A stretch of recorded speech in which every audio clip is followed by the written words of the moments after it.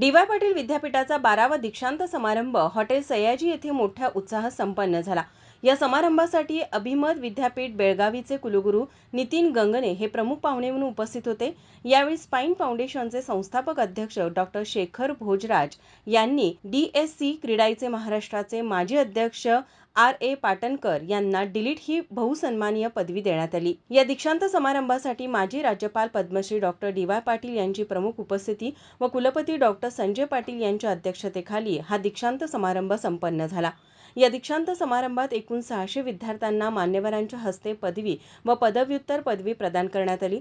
तसंच 11 विद्यार्थ्यांना सुवर्ण पदकाने गौरवण्यात आले. या कार्यक्रम प्रसंगी बोलताना कुलपती डॉ. संजय डी. पाटील यांनी विद्यापीठाला नॅकचे A+ मानांकन मिळाल्याबद्दल सर्व प्राध्यापक तसेच इतर अधिकारी कर्मचाऱ्यांचे अभिनंदन केले.